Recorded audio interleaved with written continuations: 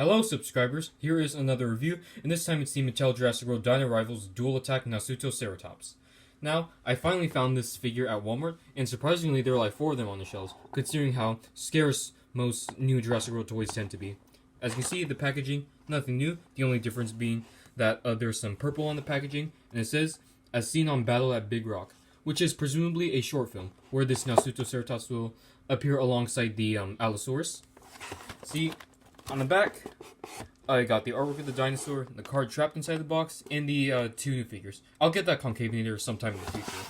So let's waste no time and get this guy out of his packaging. Here is the collector's card. As you can see, there's a nice artwork of the dinosaur, and there's his stats. And I think these are some pretty good stats. There's really nothing I would change. Here is the Nasutoceratops out of the packaging, and I have to say, this figure looks amazing. It could be, I think it's my new favorite ceratopsine of the Mattel Jurassic World toy lines. Also, it could be one of my new favorites as well. So let's take a look at the detailing first, as always. Starting off with looking at the detailing, as you can see, you got the head sculpt right here, which is, the horns here are unique to Nasutoceratops. See, 2 very bull-like horns right here, with no nose horn.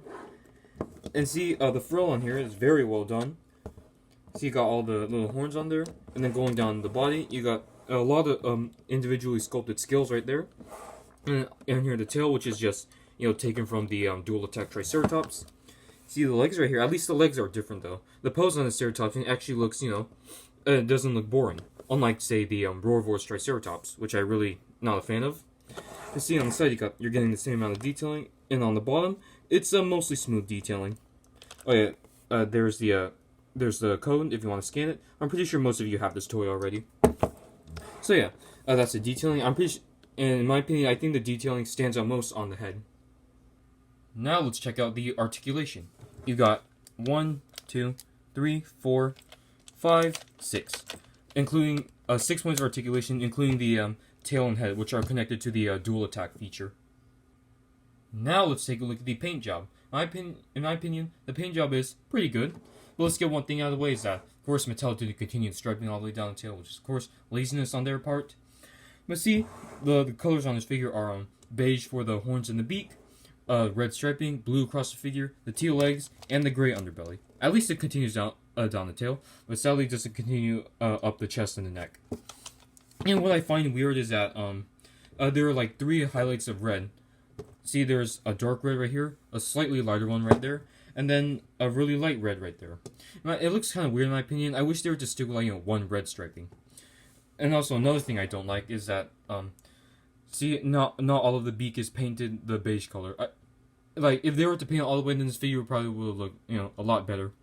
And also the eye is very small right there. Like looking at this figure from a distance, you can barely make out the eye. I wish, of course, they were to make the eye bigger with a pupil. But it kind of makes the figure look menacing. But like I said, I'd rather have them make a bigger eye with a pupil. Now onto the aesthetics of the figure, and I have to say this is a very aesthetically pleasing figure, especially if you compare it to Mattel's previous ceratopsians, such as the Dual Attack and Roarvor's Triceratops, which those figures had some my opinion, pretty bland and boring paint jobs and some odd proportions, such as the head being small compared to the rest of its big body. But as you see, this one actually has a nice paint job, and the details stand out a lot more. And the head is actually big compared to the rest of its body. The torso is actually big and stocky like it should be on ceratopsians, and the tail is decently sized. And the pose on here, it's not really that boring. As you can see, it's actually in a walking pose. Looks like he's ready to fight. Now let's take a look at the action feature. Of course, being a dual attack figure, it's going to have 2 action features. Of course, the tail whacking, and of course the head ramming.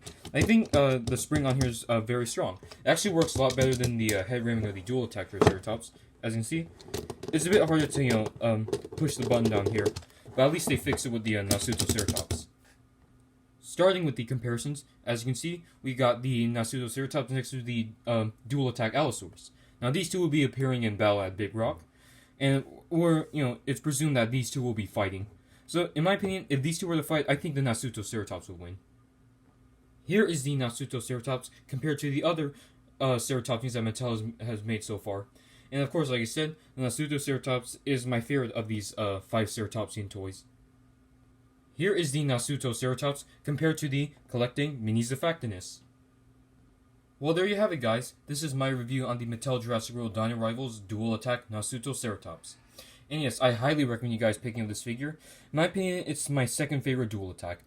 I think the concave is still my favorite because I don't like how there are 3 highlights of red on the striping, and also the red striping doesn't continue all the way down the tail. And I don't like how the eye isn't big enough, and also that how the beige colors don't continue across the beak. But other than that, this is a really nice figure, and if I had to give it a rating, I would probably have to give it an 8.5 out of 10. So if you guys like this review, leave a comment, like, subscribe, and I'll see you in the next video.